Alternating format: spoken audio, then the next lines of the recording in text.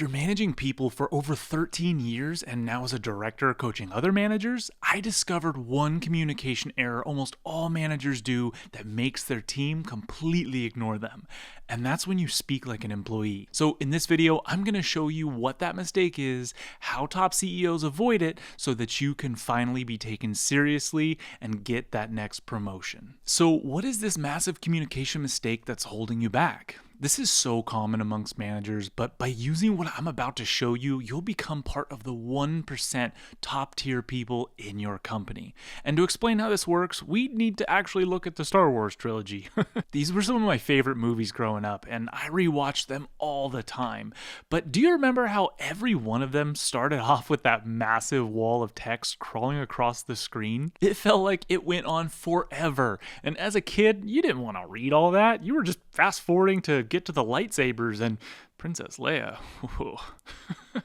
Plus, if you grew up on those old box TVs, half the text was cut off anyways. It didn't make any sense. But how you felt about that text and wanting to skip through it is the same feeling people at work have with you when you sit there and do what I call info dumping. You think you're setting the stage, but everyone else is just waiting for the action. If you want to get promoted, you need to learn to distill information down to the very minimum. This is crucial to get down because studies show that executives prefer to promote people who concisely communicate. So how do you do that? Well, all you need to do is use what I call the 9-second rule. This is basically where you boil your point down in under 9 seconds. The problem I see my clients make before we work on this is that they unpack all the details first and then get to the point. But by the time you reach the point, people are lost and already have you tuned out. And then they don't do what you ask because they weren't listening, and then you wonder why you're saying, "We already went over this."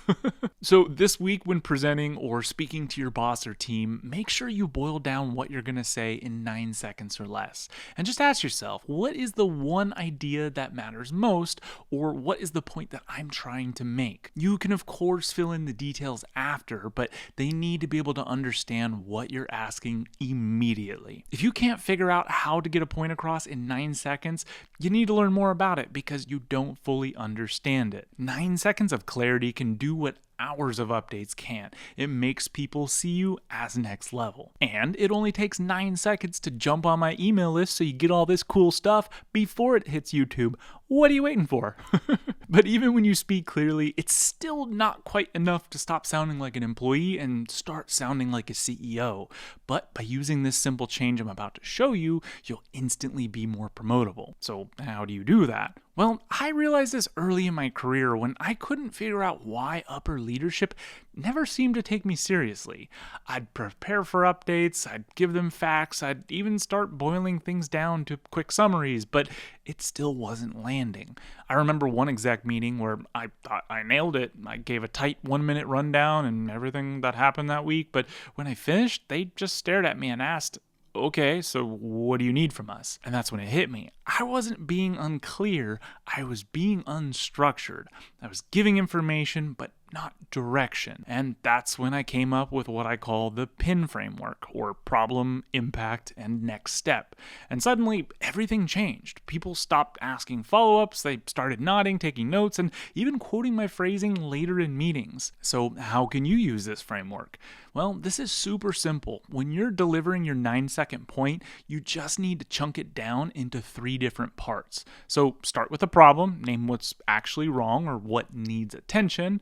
Then the impact. Explain why it matters or what's at stake if nothing changes. And then finish with the next step, or basically just your recommendation or the decision that moves things forward. So it would sound kind of like this.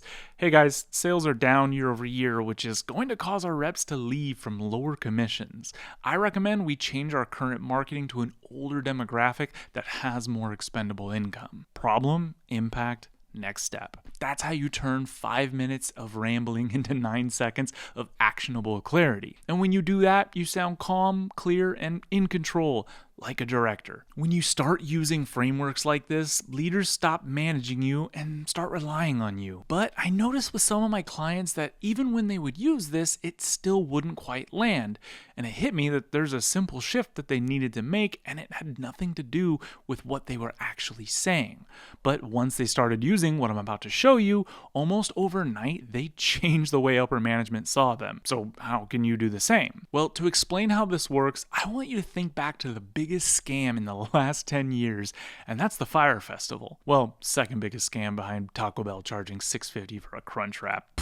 Come on. But the Fyre Festival was insane if you remember it. And for those who don't, this guy Billy McFarland talked a massive game about this luxury music festival in the Bahamas, and he raised millions from investors, and every influencer on Instagram was hyping it, and he sold out in weeks for thousands of dollars for just the tickets, and even more for lodging. And when people finally showed up, it wasn't luxury villas or gourmet food like they were promised.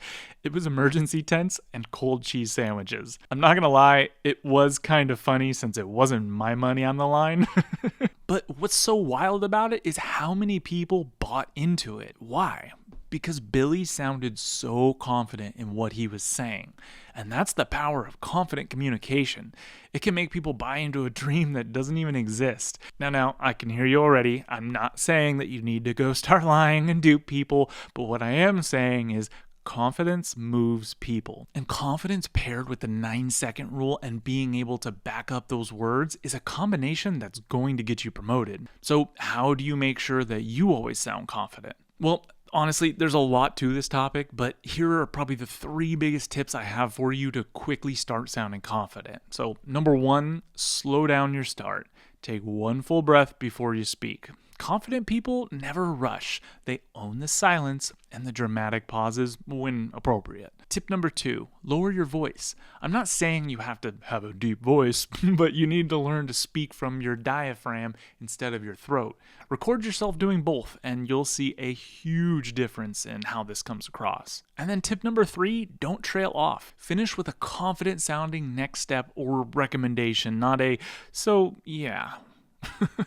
Leaders don't trail off, they close strong. When you speak with calm, clear confidence, backed by direction, you project authority. And executives don't promote the person who hopes they're right, they promote the one who sounds like they know where they're going. But even if you're speaking like a CEO, it won't matter if you still think like an employee. So go watch this video next where I show you how to quickly shift your mindset to start thinking like a CEO and finally get that promotion that you deserve.